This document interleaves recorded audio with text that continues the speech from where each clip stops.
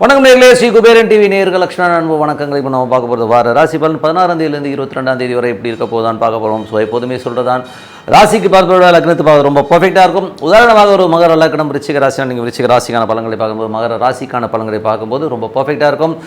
Video எண்டில் tip of the week இருக்குது, மறக்காமல் பாருங்கள். மிதுன ராசி. ஸோ மிதுன ராசிக்கு வந்து பார்த்தீங்கன்னா உங்களுக்கு ராசி அதிபதி புதன். ஸோ புதன் வந்து பார்த்தீங்கன்னா உங்களுக்கு 6ல் இருக்கார். ஸோ 6ல் இருக்கும்போது என்ன மாதிரி விஷயங்கள்லாம் இருக்கும் பண்ணும்போது புதன் வந்து 6ல் இருந்து சனியுடைய சாகத்தில் இருக்கும்போது கொஞ்சம் நிறைய பிரயாணங்கள் மேற்கொள்வதற்கான வாய்ப்பெலாம் நிறைய இருக்குது. ஸோ நிறைய பிரயாணங்கள், நிறைய ஊர் விட்டு ஊர் போகிறது, இந்த மாதிரி விஷயங்கள் வேலை விஷயமாக கொஞ்சம் அலைச்சல் ஏற்படுறதுக்கான வாய்ப்பாக இருக்குது. தந்தையுடைய சார்ந்த விஷயங்கள் வந்து கொஞ்சம் அந்த உடல் ரீதியான விஷயங்கள் சின்ன சின்ன தடுமாற்றங்கள் அப்பாவுக்கு வர்றதுக்கான வாய்ப்பாக கொஞ்சம் கவனமாக இருக்கணும்.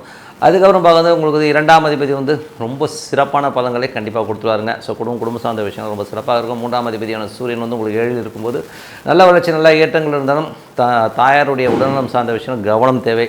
கொஞ்சம் வந்து அம்மாவுக்கு உடம்பு சரியில்லாமல் போகிறது, வீடு சொத்துக்கள் வண்டி வாங்கணும் கொஞ்சம் வேலை வைக்கிறதுக்கான வாய்ப்புகளும் கொஞ்சம் பார்த்து நடந்துக்கணும். அதுக்கப்புறம் 4ஆம் அதிபதியான புதன் வந்து உங்களுக்கு வந்து 6ல் இருக்கும்பொழுது உங்களுக்கு வந்து என்ன மாதிரி விஷயங்கள் இருக்கணும். 6ல் இருக்கும்போது என்னென்னா தாயோட உடல்நலம் சார்ந்த விஷயங்கள் ரொம்ப கவனமாக இருக்கணும். அதே நேரத்தில் வந்து வேலையில் வந்து பார்த்திங்கன்னா கொஞ்சம் வந்து அங்கங்கே நிறைய பிரயாணங்கள் பண்ணுற மாதிரியான விஷயங்களே நிறைய இருக்கும். சில நேரங்களில் வந்து ஏதாச்சும் ஒரு இடத்துல வச்சுட்டு காணாமல் போச்சு அப்படின்னு தேடிட்டு இருப்பீங்க. ஸோ அதை வந்து கொஞ்சம் பார்த்துருக்குங்க, கொஞ்சம் அலர்ட்டாக இருக்கிறது ரொம்ப ரொம்ப அவசியம். ஸோ அதுக்கப்புறம் 5ஆம் அதிபதி. ஸோ 5ஆம் அதிபதியான சுக்கிரன். ஸோ 5ஆம் அதிபதி சுக்கிரன் வந்து பார்த்திங்கன்னா உங்களுக்கு வந்து 8ல் இருக்கிறது வந்து பார்த்தீங்கன்னா கொஞ்சம் குழந்தைகளோட விஷயங்கள் வந்து கொஞ்சம் பிரச்சனைகளோ டென்ஷனோ அதனால் குடும்பத்தில் ஒரு சலசலப்புகள் வரதுக்கான வாய்ப்பில் ரொம்ப கவனமாக இருக்கணும். ஒரு காலகட்டம் கொஞ்சம் பார்த்து நடந்துக்கணும்.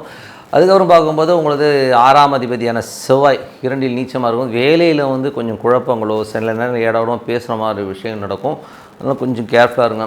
அதே மாதிரி வந்து பார்த்திங்கன்னா கடன் சம்மந்தமான விஷயங்களால் வந்து குடும்பத்திலே வந்து சின்ன சின்ன சலசலப்புகள் ஏற்படுறதுக்கான வாய்ப்பில் ரொம்ப கவனமாக இருக்கணும். ஸோ கொஞ்சம் பார்த்து இருந்துக்குங்க.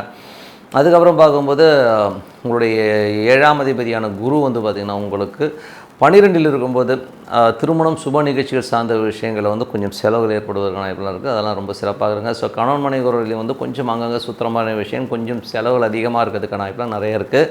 8ஆம் அதிபதியான சனி வந்து 9ல் இருக்கும்பொழுது ஸோ உங்களுக்கு வந்து என்ன மாதிரி விஷயங்கள் இருக்கும், கொஞ்சம் அப்பாவுக்கு உங்களுக்கு வந்து கொஞ்சம் கருத்து வேறுபாடு, கொஞ்சம் பிரச்சனைகள் இருக்கும்.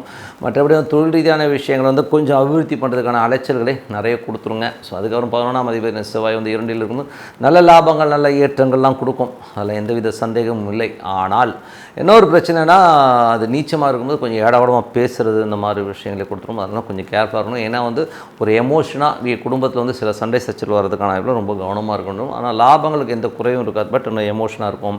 மூத்த சகோதரர் நண்பர்களாக வந்து சின்ன சின்ன அவமானங்கள் வருவதற்கான வாய்ப்புகளும் ரொம்ப கவனமாக இருக்கணுங்க. ஸோ இதெல்லாமே வந்து ஒரு பொது பலன்கள். இப்போ பார்க்க போகிறது தசாபுத்தி பலன்கள் எப்படி இருக்கும். மிதுன லக்னமாக இருந்து சூரிய தசாபுத்தின சூரியன் 7ல் இருந்து அது 3ஆம் அதிபதியாக இருக்கும்போது அது கேதுடைய சார்ந்தமாக தாயாரோட உடல்நலம் சார்ந்த விஷயங்களை ரொம்ப கவனமாக இருக்கணுங்க. ஏன்னா வந்து அந்த சூரியன் அது கேது இருக்கிறதும் பார்த்திங்கன்னா அது 3ஆம் அதிபதி சூரியன் இருக்கும்போது கொஞ்சம் இருக்கும். அது மட்டும் இல்லாமல் ஒரு மனைவிக்கும் உங்கள் அம்மாவுக்கும் கொஞ்சம் கருத்து வேறுபாடு, கொஞ்சம் டென்ஷன்ஸ் வர்றதுக்கான வாய்ப்புகள் அதெல்லாம் கொஞ்சம் பார்த்து நடந்துக்கணுங்க. ஓகேங்களா.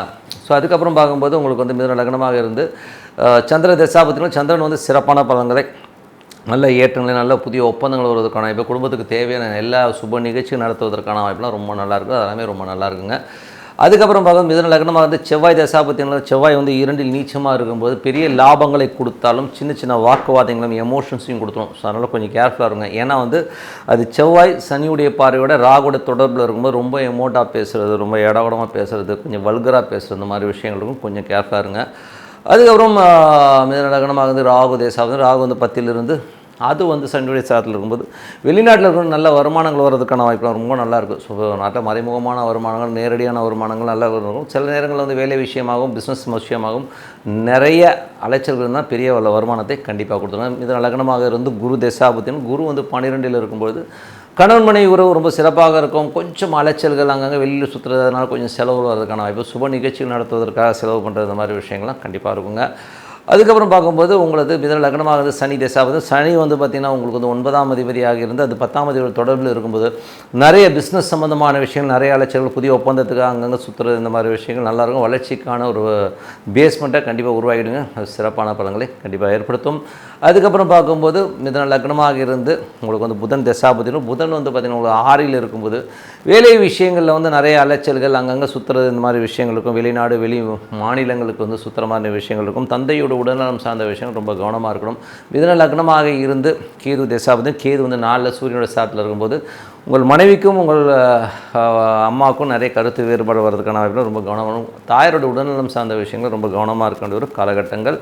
அதுக்கப்புறம் பார்த்திங்கன்னா மிதுன லக்னமாக சுக்கிர தசா பார்த்திங்கன்னா சுக்கிரன் வந்து பார்த்திங்கன்னா உங்களுக்கு வந்து 8ல் இருக்கும்போது ரொம்ப கவனம் தேவை. உங்களுக்கும் உங்கள் ஒய்ஃபுக்கும் தேவையில்லாத ஒரு மனசஞ்சலங்கள், ஒரு வாக்குவாதங்கள், கேவலமாக பேசுகிறது, இந்த மாதிரி விஷயங்கள்லாம் இருக்கும்.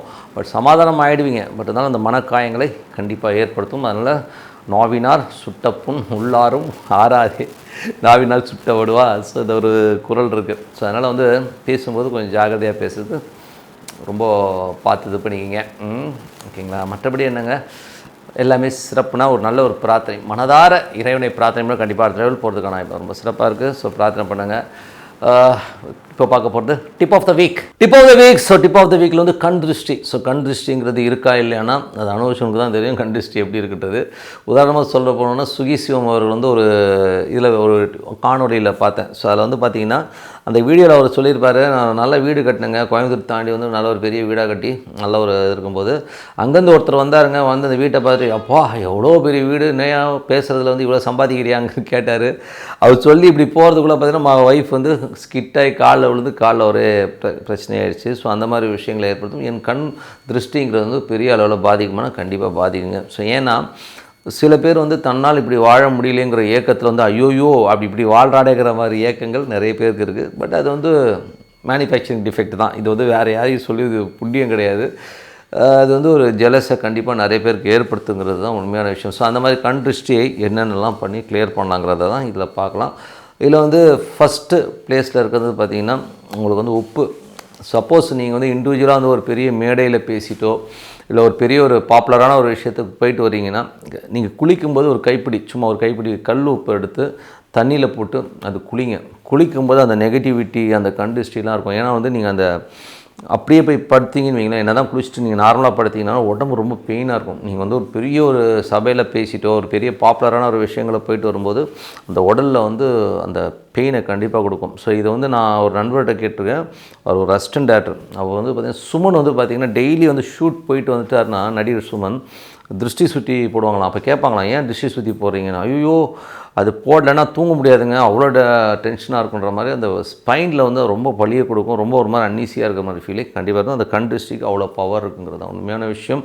ஸோ அதனால் உப்பு நீங்கள் வந்து தண்ணியில் போட்டு கலந்து கல் உப்பை போட்டு குளிச்சிங்கன்னா அந்த நெகட்டிவிட்டியை கிளியர் பண்ணும். அதுக்கப்புறம் வீடு, சில பேர் வந்து வீடு வந்து பார்த்திங்கன்னா வீட்டுக்குள்ளேயே வந்து நிறைய பேர் வந்து பார்த்து ஐயோ எப்படி இருக்குன்னு வாங்க. ஸோ அந்த மாதிரி இருக்கவங்க வந்து நாலா பக்கம் வந்து கல் உப்பை வந்து வச்சு உங்களுக்கு வந்து அதை வந்து ஒரு பேப்பர் எடுத்துங்க. ஸோ அந்த கல் உப்பு வந்து வச்சுட்டு ஒரு 2-3 நாள் கழிச்சு அந்த உப்பை எடுத்து, ஏன்னா அது நெகட்டிவிட்டி எல்லாம் அப்சர்வ் பண்ணும். ஸோ அந்த உப்பை கொண்டு போய்ட்டு ஓடுற தண்ணியில் விட்டுருங்க. ஸோ அப்போ வந்து அந்த நெகட்டிவிட்டி வந்து வீட்டிலேருந்து போகிறதுக்கான வாய்ப்புகளை நிறைய ஏற்படுத்தும். ஸோ இதெல்லாம் வந்து ஒரு திருஷ்டி கழியறதுக்கான விஷயங்கள். அதுக்கப்புறம் அடுத்தது வந்து ஒரு பெரிய விஷயம் என்னென்னா இப்போ பூசணிக்காய்ங்கிறது வந்து பார்த்திங்கன்னா பலி கொடுக்கறதுக்கான இணையான ஒரு பொருள் தான் வந்து பூசணிக்காய். ஸோ அன்றைக்கி வந்து பார்த்திங்கன்னா ஏன் பூசணிக்காய் உடைக்கிறாங்கன்னா, ஆடு மாடுலாம் சில பேர் வெட்டுவாங்க. எதுக்குன்னா அது பலி கொடுத்தோம்னா அந்த நம்மக்கிட்ட இருக்க அந்த சக்திக்கெல்லாம் போயிருங்கிறதுக்காக பண்ணுவாங்க. பட் நம்ம வந்து இப்போ அந்த மிருக வதையெல்லாம் போக வேண்டாம். ஸோ அதுக்காக வந்து ஒரு எலுமிச்சம்பழம் எடுத்து உடைச்சாலே கூட போதும். எலுமிச்சம்பழத்துக்கு வந்து அந்த அப்சர்வேஷன் பவர் ரொம்ப ஜாஸ்தி. ஒரு மாந்திரிகமோ ஒரு ஏடாகூடமான ஒரு விஷயங்கள் நெகட்டிவிட்டி வந்து அப்சர்வ் பண்ணி அது கிளியர் பண்ணுறதுக்கான விஷயங்கள் எலுமிச்சம்பழத்துக்கு இருக்குது. ஸோ அதுவும் பண்ணலாம். ஸோ உப்புலாம் வந்து ரொம்ப சூப்பராக ஒர்க் ஆகும். அதே மாதிரி நெகட்டிவிட்டியான ஒரு ஃபீல் வந்து வீட்டுக்குள்ளே இருக்குது, வீட்டுக்குள்ளே ஒரு மாதிரி அன்ஈஸியாக இருக்குங்க, நிம்மதியாகவே இல்லைங்க, ஒரு மாதிரி இருக்குங்க அப்படின்னா சாம்பிராணி புகை போடுங்க. அந்த சாம்பிராணி புகையில் வந்து ஒரு கொஞ்சம் குங்குளியம், வெண்கடுகு இந்த குங்குளியமும் வெண்கடுகும் நாட்டு மருந்து கடையில் கிடைக்கும். ஸோ அதையும் வந்து சேர்த்து போட்டு வீட்டில் போடும்போது நல்லா அந்த ஃபீல் பார்த்திங்கன்னா அந்த நெகட்டிவிட்டிலாம் போய் ரொம்ப ஃப்ரீயாக இருக்கும். இந்த பேய் ஓட்டுறவங்க நிறைய இந்த ஒரு மாதிரி பிளி சுனி இருக்க பயம் இருக்கவங்களாம் வந்து இதை தான் போட சொல்லுவாங்க. நீங்கள் இது போடுங்க, வீட்டில் வந்து ஒரு பாசிட்டிவிட்டி கண்டிப்பாக இருக்கும். ஸோ நல்ல விஷயம், நல்லா மாற்றம், இதெல்லாம் பண்ணி பாருங்கள், சிறப்பான பலன்கள். ஏன்னா நிறைய பேர் சொல்லலாம், சார் திருஷ்டிலாம் இருக்கா சார், என்ன சார் சும்மா கதை வரீங்கன்னா பண்ணி பாருங்கள். கண்டிப்பாக திருஷ்டிலாம் இருக்குது. அது வந்து அனுபவிச்சவங்களுக்கு தெரியும் எப்படியெல்லாம் அடிப்பட்டாக்கிட்டு. ஸோ அதனால் கண்டிப்பாக நிறைய குழந்தைகள் கூட பார்த்திங்கன்னா சாமிங்காக இருக்கும். ஆனால் பார்த்திங்கன்னா 4 பேர் வந்து கொஞ்சம் பொத்துன்னு பார்த்து கீழே வந்து அடிபட்டுரும். ஸோ அந்த மாதிரி விஷயங்கள் நிறைய நடக்கும். அதனால் சுற்றி போடுறது, எலுமிச்சம்பழம் வச்சு குழந்தைகள் சுற்றி போடுறது, இந்த மாதிரி கல் வச்சு குளிக்கிறது, இதெல்லாம் வந்து நெகட்டிவிட்டியை கண்டிப்பாக கிளியர் பண்ணி சிறப்பான வாழ்க்கை கண்டிப்பாக இருக்கும்னு சொல்லிட்டு உங்களிடம் விடைபெறுவது உங்கள் லக்ஷ்மி நாராயணன். நன்றி, வணக்கம். ஸ்ரீ குபேரன் டிவியை பார்த்தமைக்கு நன்றிகள். மேலும் இது போன்ற தகவல்களை தெரிந்து கொள்ள ஸ்ரீ குபேரன் டிவியை சப்ஸ்கிரைப் செய்யுங்கள். மறக்காமல் பெல் ஐக்கானை கிளிக் செய்யுங்கள்.